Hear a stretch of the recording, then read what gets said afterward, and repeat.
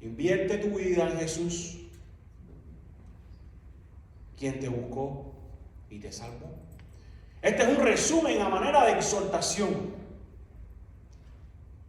Y en esta sección que hoy estudiamos podemos ver la historia completa, el panorama completo del libro de Lucas, del Evangelio de Lucas. En esta historia se ha declarado que Jesús vino a buscar y a salvar lo que se había perdido. El hilo que viene conduciendo todo este libro. Y en la parábola de las minas encontramos lo que se espera que los hombres hagan ante tanta gracia. Lo que se espera que como los hombres respondan ante tanta luz de Dios, ante tanta revelación de Dios. Él ha venido a buscar, Él ha venido a salvar, pero ¿cómo está respondiendo la gente? ¿Cómo se está volviendo la gente a Él? Él está esperando de la gente una respuesta positiva, gente invertida en Él. Ahora, ¿por qué usted debe invertir su vida en Jesús, quien fue quien le salvó, quien le buscó? Bueno, en primer lugar, porque Él se acercó a usted sin mirar la condición perdida que usted tenía. ¿Quién era Zaqueo? Como leímos allí, él era un jefe de los publicanos, de los cobradores de impuestos. Probablemente supervisara un distrito al ser jefe extenso y que otros cobradores de impuestos trabajaran para él. Él vivía en Jericó, un lugar que era comercialmente próspero, algo que hacía su fortuna más notable aún. No era un rico de un pueblecito, era un rico de una ciudad que era rica de por sí, y ahí sobresalía él. Pero esta fortuna era producto de ganancias deshonestas. Como publicano o como cobrador de impuestos, él era un israelita desleal. Porque a él le pagaban los romanos para que él cobrara impuestos a los suyos, a sus compañeros, para que los explotara, para que los extorsionara, a sus hermanos judíos. Recuerden que Mateo, el evangelista, también lo había sido. Y este era el símbolo en la sociedad de la peor clase de personas. ¿Usted quiere que le digan alguna ofensa en estos días comparada con la de aquellos tiempos? Y usted se puede imaginar. En aquellos tiempos alguien te decía publicano y era como decirte lo peor que alguien te pueda decir.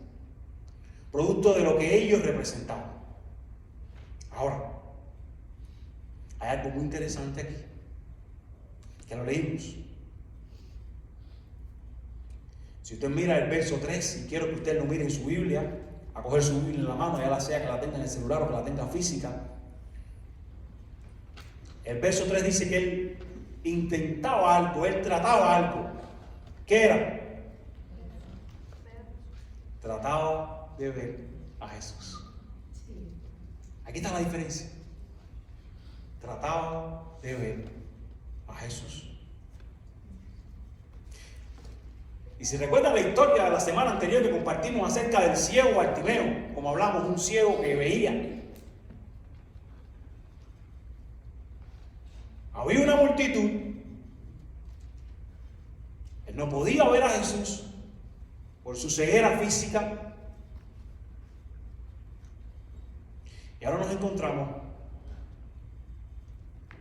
a este Zaqueo,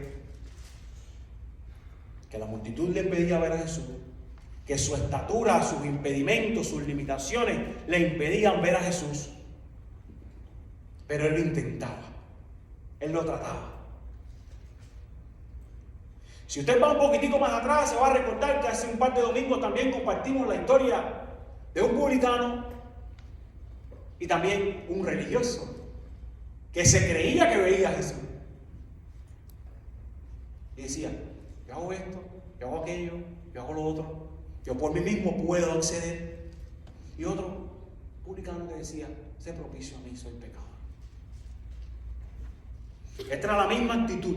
Si usted se queda un poco más acá, compartimos también la historia de aquel rico que llegó ante Jesús y decía, ¿qué hago para heredar la vida eterna? En términos humanos, ¿qué hago? Y Jesús le decía, no puedes hacer nada, porque viene de mí. Y es cuando pronuncia la enigmática frase, ningún rico puede entrar en el reino de los cielos. Ninguno que por su fuerza, que por sus medios, que por sus deseos quiera entrar en el reino de los cielos, lo podrá hacer. Porque están tan afianzados a su posibilidad de salvarse que anulan la obra que pueda hacer Dios. Pero lo que es imposible para los hombres es posible para Dios. Y aquí estaba este Zaqueo, en contraste con aquel rico. Ricos los dos, pero con una diferencia. Uno se creía que veía por él mismo, el otro intentaba ver a Jesús. Quería ver a Jesús. Entonces Jesús le dice, date prisa, desciende que hoy me quedo en tu casa. Mire usted la Biblia, verso 6, ¿cómo responde Zaqueo? ¿Cómo responde Zaqueo? Descendió a prisa, lo recibió con gozo. Espérate Jesús, que ahora no puedo. El que está intentando ver a Jesús, buscar a Jesús, cuando Jesús le dice, ven, se le parten las patas, sale corriendo. Y esto fue lo que hizo. Yo estaba esperando por este momento. Hay desespero, hay intento, porque Dios está trabajando en ese corazón. Obedeció, que fue la primera palabra, a las palabras de Jesús. Se apresuró, descendió con gozo. El gozo de alguien que no lo merece, sorprendido, dice, conmigo, es conmigo. Tanto gozo, Jesús me amó. Tanto gozo, Jesús está hablando conmigo. Ningún judío, ningún maestro, ningún religioso ha conversado conmigo. Jesús me ha llamado. Ese es el gozo del que hablábamos en estos testimonios. Ese es el gozo que cada creyente puede tener y le impulsa a salir en medio de sus luchas y sus crisis. Jesús me ha llamado. Ahora diferente, verso 7. ¿Cómo responde la gente? Verso 7. Algo bueno está pasando aquí con Zaqueo. Pero la gente, los religiosos, los que seguían, los que estaban allí, lo que hacían era ¿qué? Murmuraban. Lejos de ayudarle, lejos de tomarle la mano, lejos de decir qué bien, murmuraban. Murmuraban.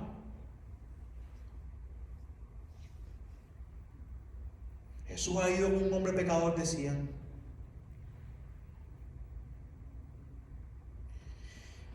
Y tenemos que entender que las personas odiaban a los publicanos, odiaban a los cobradores de impuestos.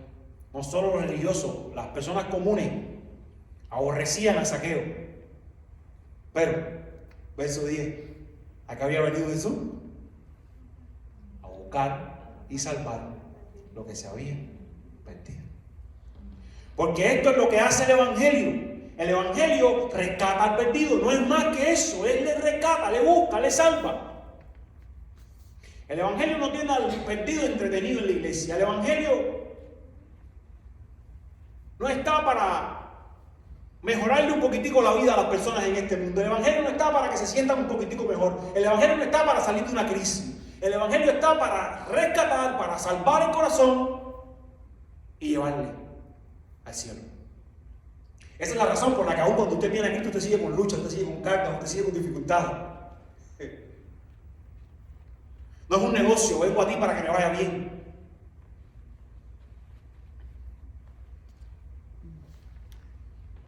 Y usted mira ese verso 10, hay una pintura preciosa aquí. Cristo viniendo a buscar y a salvar al perdido. Ahora, mire qué interesante. Si usted conoce Romanos 3:11, Romanos 3:11 dice que no hay quien busque a Dios, que no hay quien entienda, que no hay ni uno bueno, no hay quien por sí mismo pueda buscar a Dios. Y esa es una muy mala noticia. El hombre por sí mismo no puede buscar a Dios. Pero aleluya, Cristo ha venido a buscar al hombre. Mire usted qué preciosa, qué linda es la Escritura. El hombre no puede por sí. Pero Cristo le ha venido a buscar. Cristo se ha acercado a él.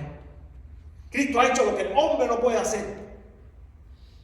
Es por eso que la obra que hace el Evangelio en el corazón es totalmente de Dios. Lo único que traemos nosotros allí es nuestro pecado. No hay mérito en nosotros por venir a Él.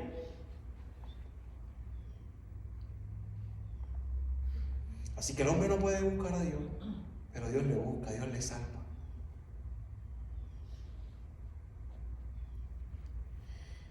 Y cuando el hombre cree poder hacer algo, lo mínimo,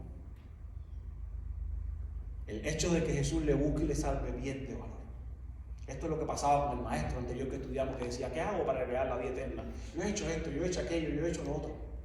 Y Jesús le tiene que dar una bofetada en la cara y decirle, es imposible que lo hagas. Cuando un hombre cree poder hacer algo por sí mismo, pierde todo valor. La obra que Dios puede hacer. Usted y yo necesitamos vernos imposibilitados totalmente, así como Zaqueo, que quería escuchar la voz de Jesús y al oírla descendió a prisa, abandonando todo lo que él era, porque usted no podía y él lo hizo. Y cuando usted está bien chivado así y Dios le da una oportunidad de salvación, usted la valora tanto, usted la considera tanto. Porque no es una simple curita, porque no es una simple sutura. Es que hay un muerto que se le da vida. Hasta ahora estoy luchando y no puedo vivir la vida como yo pensaba, como yo quería. Pero viene la obra sobrenatural de Él y lo hace.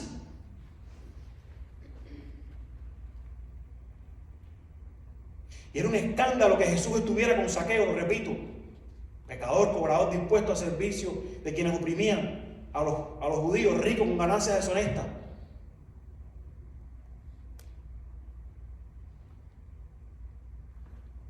Y una vez más, este publicano despreciado, alejado de la ley, recibe salvación. Porque eso es lo que hace el Evangelio. Rescata al perdido. Y quiero que por unos segundos pensemos en esto. En cómo tú te reconoces ante Dios, porque ese es el primer paso para que Dios pueda salvar un corazón. Ese es el primer paso para que podamos vivir la vida cristiana. Yo reconocerme nada, no puedo, Dios, necesito tu ayuda, hasta para levantarme de la cama. Y hay algunos por allí que están diciendo, yo soy fuerte, yo puedo. Hay algunos por allí que quizás puedan pensar que con jueguitos de esto de estarme estimulando, que con jueguitos de esto de estar pensando positivamente o de esta manera o de la otra, las cosas van a cambiar. No cambian si Dios no las cambia. Esa es la razón por la que un día estás muy bien y otro día estás muy mal. Esa es la razón por la que un día estás muy feliz y otro día estás muy triste. Porque necesitas que el móvil de todo eso sea Cristo en un corazón salvado. El Espíritu Santo transformando, trayendo la vida. Y esta es una aplicación para ti. No importa quién sea, no importa quién haya sido, aún hay tiempo para dejar de ser enemigo de Dios. Porque la segunda parte de esta historia, los enemigos de Dios, aquellos que quisieron oponerse a Él en la parábola que compartiremos y hablaremos sobre ella, lo que ellos recibieron fue trato de enemigos, no fue trato de amigos. Y esto es lo que somos cuando estamos alejados de Dios, enemigos. Y esto debe comprenderlo aquel que no lo ha conocido, pero debe comprenderlo aquel que lo conoce. Yo sin Cristo, esto era. Cuánta gracia, cuánta misericordia. Y aún así, puedo conversar con aquellos que llevan tiempo en el Evangelio. Y les suelo preguntar, ¿tú te crees que eres bueno? Y algunos que se les ha ido un poquitico la fama para la cabeza suelen decir, yo no soy bueno, pero yo hago esto, yo... Te pregunto otra vez, ¿tú te crees que eres bueno? No. Pero cuando usted se mira a usted, verdaderamente ahí dentro, si alguien te conociera al 100, se fijaría en ti. Si alguien conociera tus pensamientos, los míos. Porque no lo hay. Y aún estando en Cristo, las cosas valiosas que podamos tener se opacan con un solo momento de uno de esos estallidos que tenemos, con un solo momento de esas fugas que tenemos y huimos al pecado. Pero gracias por Cristo, gracias por su obra. Y aquella gracia misericordiosa que salvó al más vil pecador es la misma que le sigue ayudando mientras él camina su vida cristiana.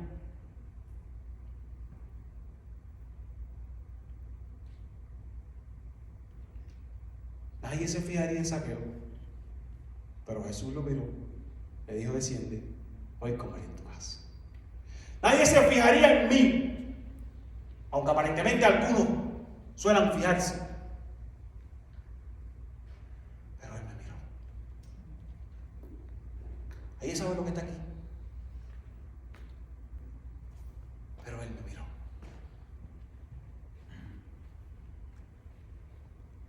Otra aplicación que te quiero compartir de esta primera parte: miremos a las personas como las mira Jesús. Porque usted se puede sumar a uno de dos grupos. Al grupo de los que murmuraban y decían: este come con publicanos y pecadores, aquel es un loco que no va a tener salvación, no hay solución para este. O usted puede decir: la gracia de Dios puede transformarle. O usted puede tener el corazón de Jesús y extender salvación a otros y tener misericordia. En mi familia, la salvación la ha hecho Dios. Pero específicamente en mi vida, en la vida de mi padre, una madre que oraba, que tenía paciencia, que cada domingo estaba allí, vamos a la iglesia, que le compartía a su esposo una porción de la Escritura. Fue lo que Dios usó para traer salvación. Ella podía haberse metido en una urna como se meten algunos y se olvidan de su familia y se olvidan de sus amigos. Pero ella quería ser como Jesús. Yo quiero extender salvación, yo quiero que otros se salven. Yo no quiero ser de los que dicen: estos perdidos que están allá afuera. No, es todo lo contrario de lo que hizo Jesús. Me voy a acercar con la gente. De hecho, a Jesús le decían: él anda con pecadores, él es un comilón, él es un bebedor. Porque estaba entre ellos. Él buscaba acercarse, no para sumarse a sus cosas, para salvarles. Y lo dejó como legado para nosotros. De ahí que nuestra casa, nuestra vida, nuestra rutina, nuestra semana no es nuestra, es de Dios. Y hay muchos aquí que vienen de Cuba, otros vienen de contextos de Latinoamérica, contextos en los cuales para nada era importante todas las formalidades que a veces hay aquí. No, en mi casa no puedo tener personas, no. Pero para el cristiano ha de ser todo lo contrario, ha de ser diferente, porque tu vida está puesta en esta tierra con un propósito: extender salvación a otros. Y tu casa, tus relaciones, tu vida, tu rutina, aun cuando te cueste sacrificadamente tener que poner un tiempo extra para que otros puedan conocerle, tiene que ser entregada a Él. Miremos a las personas como Jesús las miraba. Jesús se detuvo en su camino a Jerusalén y dijo: Zaqueo, desciende, hoy tengo algo que hacer aquí. ¿Qué tal si nosotros también nos detenemos un poco a veces? Miramos dónde está el perdido para salvarle, como alguien hizo con nosotros un día. ¿Qué tal si dejamos andar con tanta locura, con tantas cosas que tenemos que pagar, con tantas preocupaciones que tenemos en la cabeza, y le damos un poquitico más suave? Y vemos dónde está el que necesita salvarse. ¿Cómo me voy a conectar con este para que se salve? ¿Cómo me voy a hacer su amigo y me voy a acercar a él para que él pueda escuchar al menos el mensaje del Evangelio que decía después? Segunda enseñanza.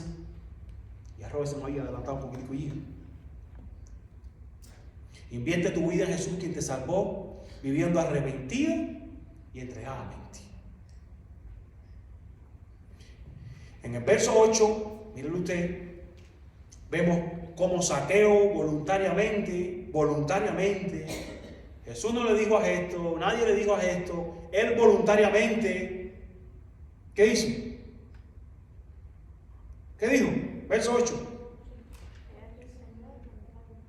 Doy la mitad de mi bien a los pobres. Y si yo he fallado a alguien, yo se lo voy a restituir cuadruplicado. Este era el fruto de una conversión genuina. Esto no era una condición para que él se salvara. A él no le fue demandado esto. Él no tenía que hacerlo para salvarse. Pero cuando él sintió que Dios había tenido misericordia de él, dijo: yo tengo que tener misericordia de otro. Y a partir de ahora yo vivo entregado a él. A partir de ahora yo me arrepiento.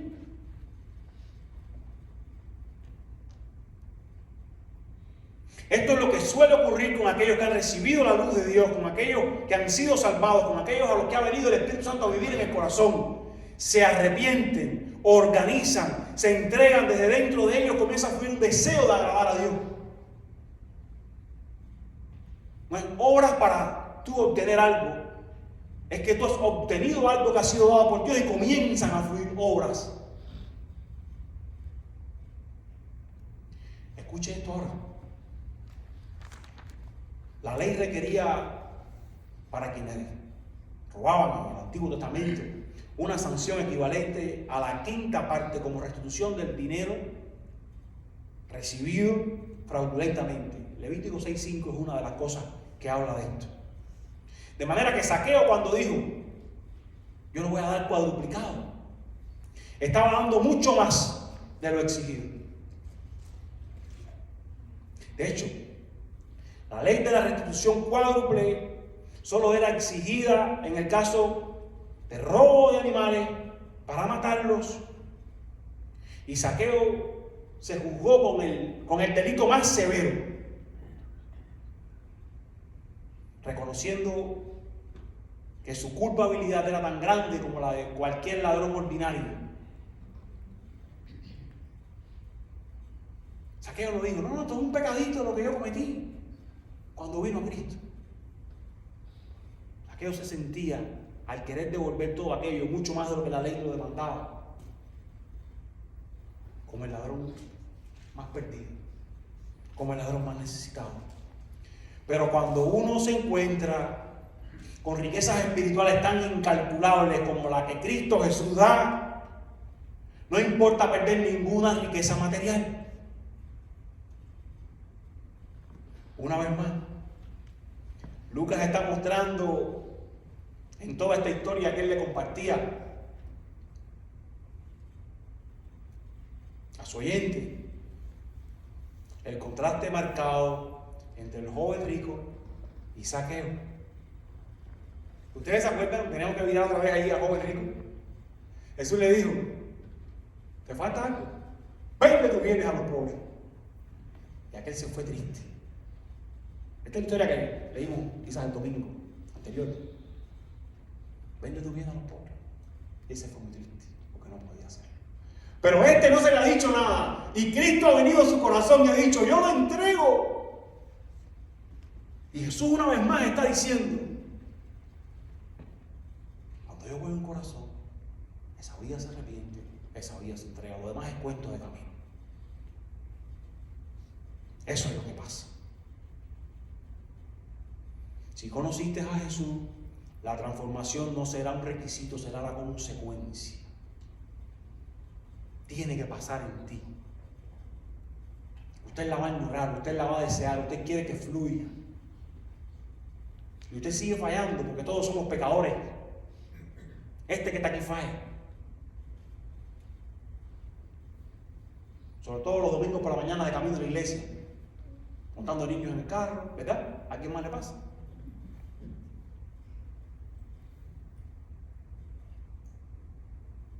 Pero ¿sabes qué? Pienso sobre eso. Pensamos sobre eso. Dios, ¿cómo que tú quieres que yo me maneje con esta conducta? Que tú me perdóname. Tú me has salvado, tú me has dado la oportunidad de ser diferente. Tú estás haciendo una obra en mí. ¿Cómo voy a ser mejor? ¿Cómo voy a manejar esto el siguiente domingo? ¿Cómo voy a manejar esto otro en la semana que ocurrió con este compañero de trabajo? Porque Jesús no solo transforma el domingo, transforma toda la semana.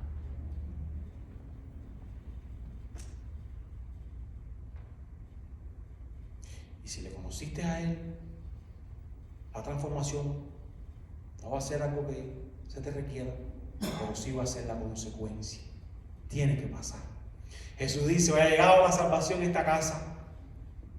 Y les dice a ellos, y aunque ustedes no lo crean porque le odian, este es un hijo de Abraham. Es más, un verdadero hijo de Abraham. Aquel publicano era un hijo de Abraham en un sentido espiritual. En el mismo sentido que la mujer sirofenicia, también Jesús dijo: esta es una verdadera israelita. Era un judío de raza por quien Cristo había venido como su salvador personal. Ese es el verdadero hijo de Abraham.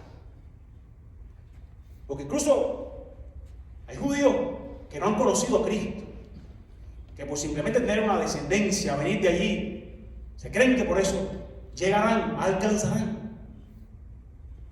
Y el libro de Romanos muestra esto. Los verdaderos hijos de Abraham son aquellos que Cristo les ha salvado y son insertados en su pueblo. Y este verdadero hijo de Abraham se arrepiente, cree, se entrega por completo. Repito, las obras de Zaqueo no eran un requisito para su salvación, eran la demostración, eran la evidencia de que él era salvo. Esto era exactamente también lo que estaba pasando en el libro de los Hechos. La gente se salvaba. Cristo había dicho: vengo pronto. Y ellos dijeron: pues si él viene pronto y él me ha salvado, todo lo que tengo es de él. Y es para él, y lo pongo al servicio de él. Mi vida, mi casa, mi dinero, todo lo que soy, mi trabajo, todo.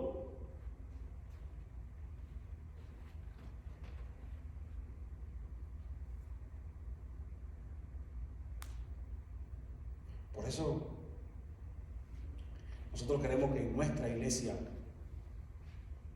se añada gente que verdaderamente sean cristianos, que verdaderamente la hayan conocido.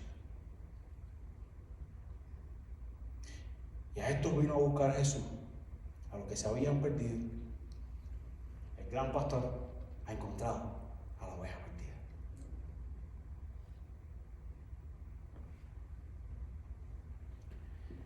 Estaba leyendo un libro y les comparto la cita, se llama "Que es una iglesia sana", de Mark Dever. Y él dice que el crecimiento es tratado como algo opcional para discípulos con celos o con celo por Dios. Pero el crecimiento es una señal de vida. Si un árbol está vivo, crece. Si un animal está vivo, crece. Estar vivo significa crecer. Y crecer significa madurar, significa avanzar. Aquellos que pasan tiempo y no crecen, hay que preocuparse. Si se dicen cristianos, si se dicen hijos de Dios. Aquellos que pasan tiempo y se dicen cristianos y están desconectados de la iglesia, están desconectados de servir, están desconectados de Él. Amén, de situaciones que puedan haber, que las conocemos todos. Hay que preguntarse. Porque si uno conoce a Jesús, la transformación, el crecimiento es un requisito, no, va a ser la consecuencia. Y si usted lee conmigo, hasta ahí vamos a ir, a Tito 2, del 1 al 15. Tito 2, del 1 al 15. Quiero que usted vaya hasta allí conmigo. Del 11 al 15, perdón. Tito 2, del 11 al 15.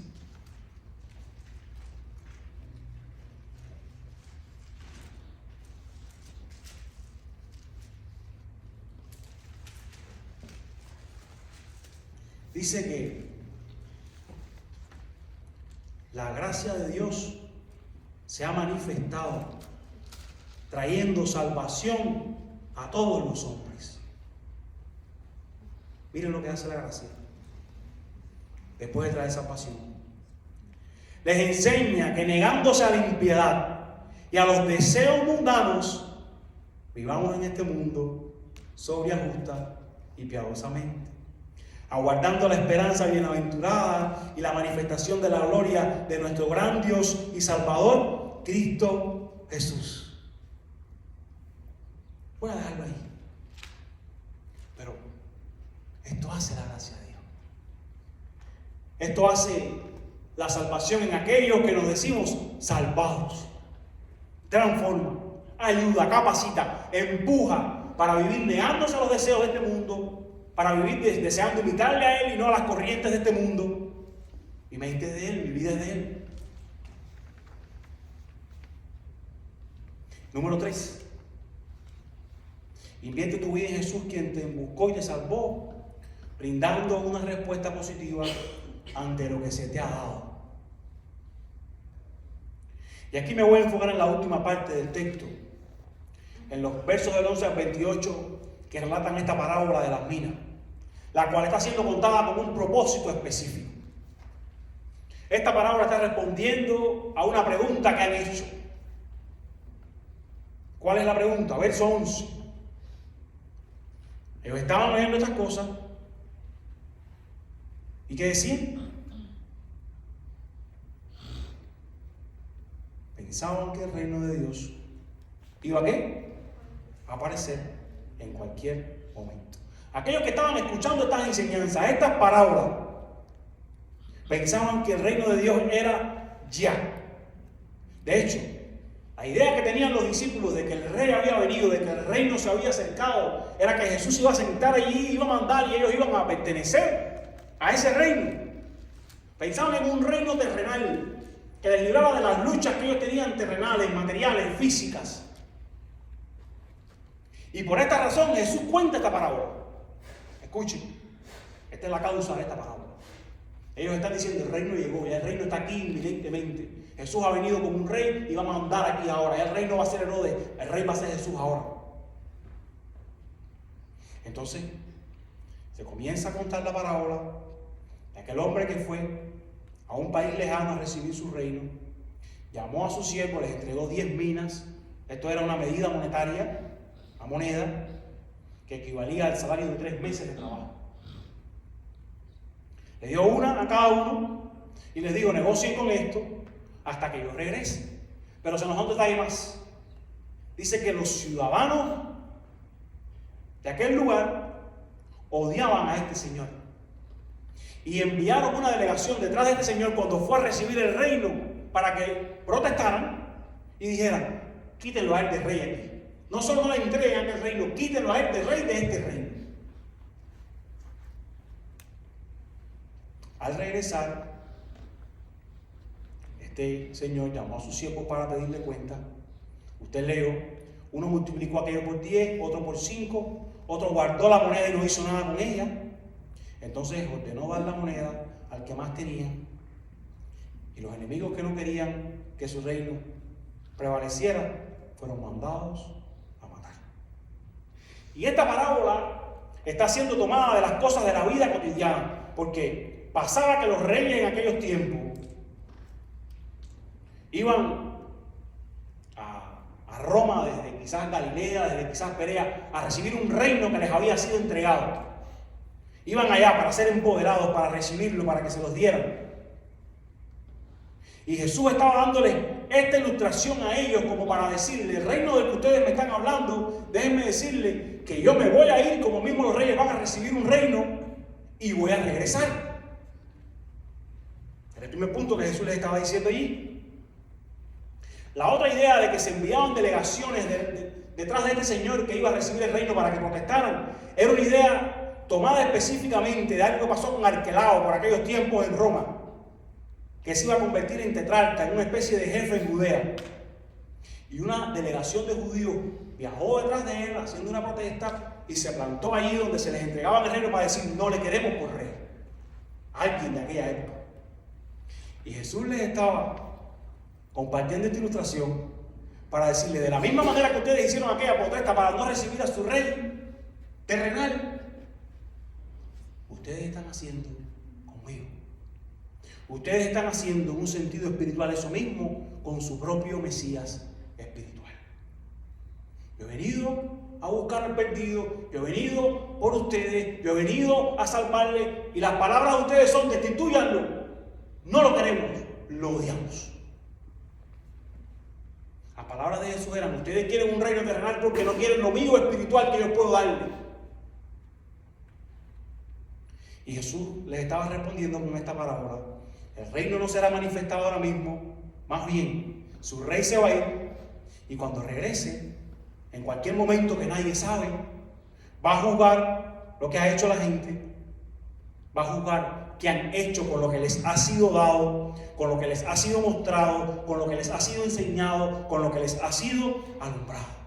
El rey se va a ir como se fue y regresará y volverá con un juicio, intentando saber qué ha hecho la gente con tanta gracia derramada. Porque si yo te estoy compartiendo en qué consiste el mensaje del Evangelio una y otra vez, y tienes un vecino que te lo ha compartido, y Dios está mostrando y trayendo luz a tu vida, y aún así tú quieres vivir negándole, aún así tú quieres vivir odiándole, lo único que te espera es que cuando ese rey vuelva y tú no hayas cosechado, tú no hayas hecho crecer eso, lo único que te queda es juicio. Tú no quisiste. Yo te di una porción determinada para que tú producieras con ella y tú lo escondiste, tú lo guardaste, tú no hiciste nada. Y esta es una pregunta para cristianos y no cristianos. ¿Qué hacemos? ¿Qué harás con el llamado a salvación que has recibido? Dios te ha buscado, Dios ha venido por ti. ¿Cómo estás respondiendo? ¿Cómo respondes? ¿Cómo respondemos?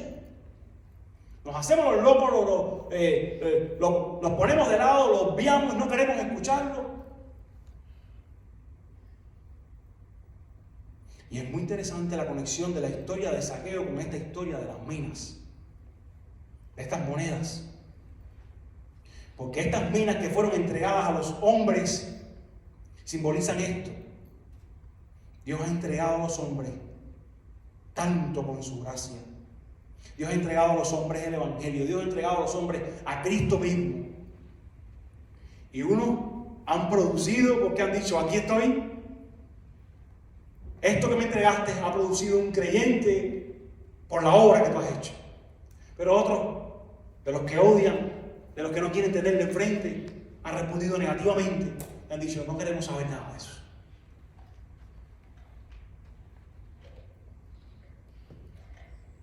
Y a aquella generación le fue dada la revelación del mismo Cristo.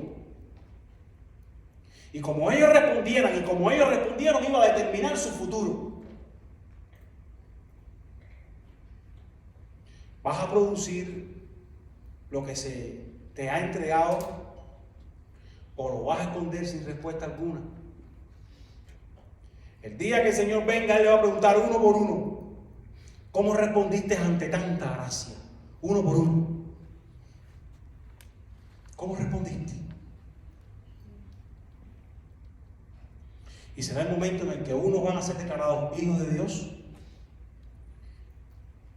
Adelante, bien buen siervo fiel, sobre poco has sido fiel, en lo mucho te pondré, entra en el gozo de tu Señor.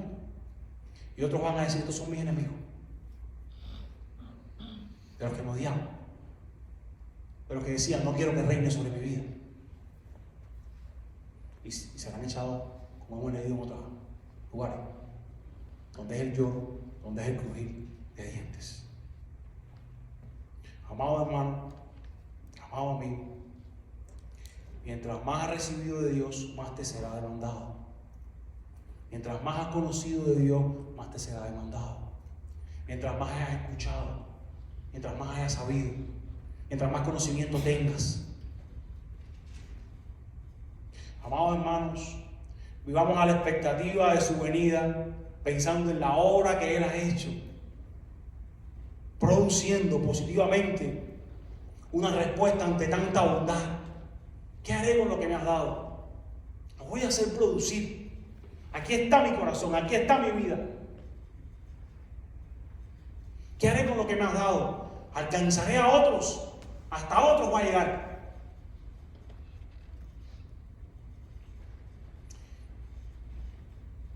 Y para terminar, quiero que pienses en cómo vas a reaccionar al hecho de que Dios ha venido a salvarte. ¿Cómo responderás a ese hecho de que Él hizo posible lo imposible? ¿Cómo responderás ante la verdad que el Evangelio vino a compartir, que Cristo vino a compartir? Dios es santo.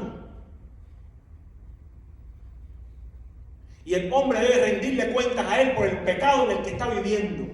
Porque el hombre decidió obstinadamente vivir su vida de pecado, de libertinaje, como él quiere.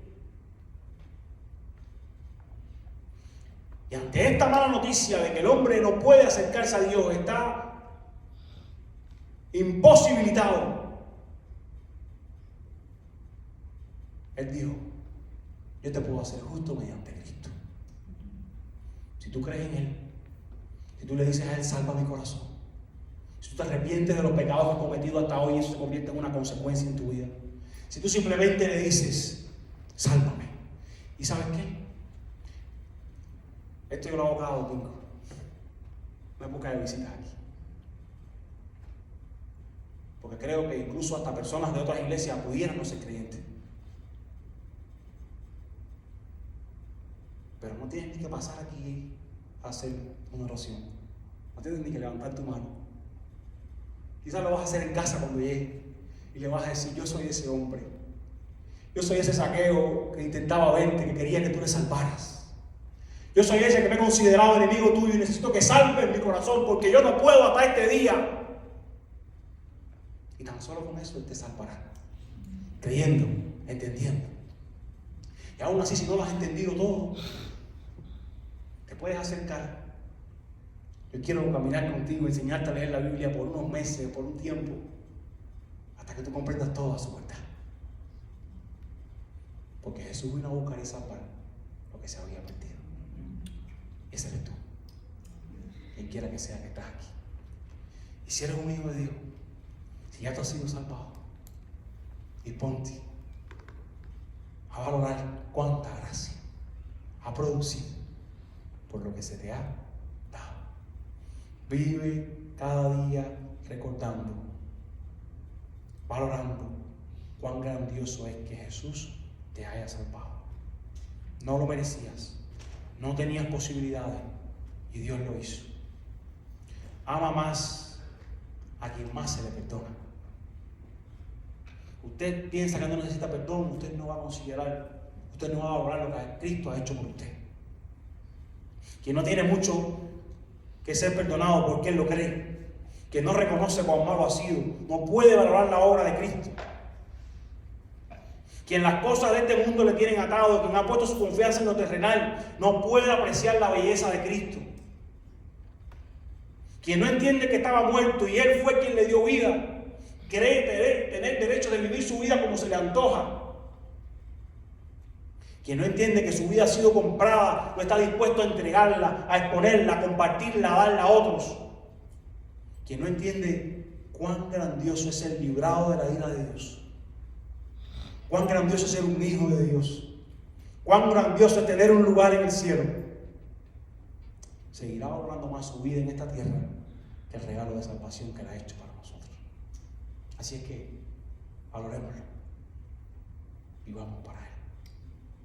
Él nos vino a buscar y a rescatar como vendido.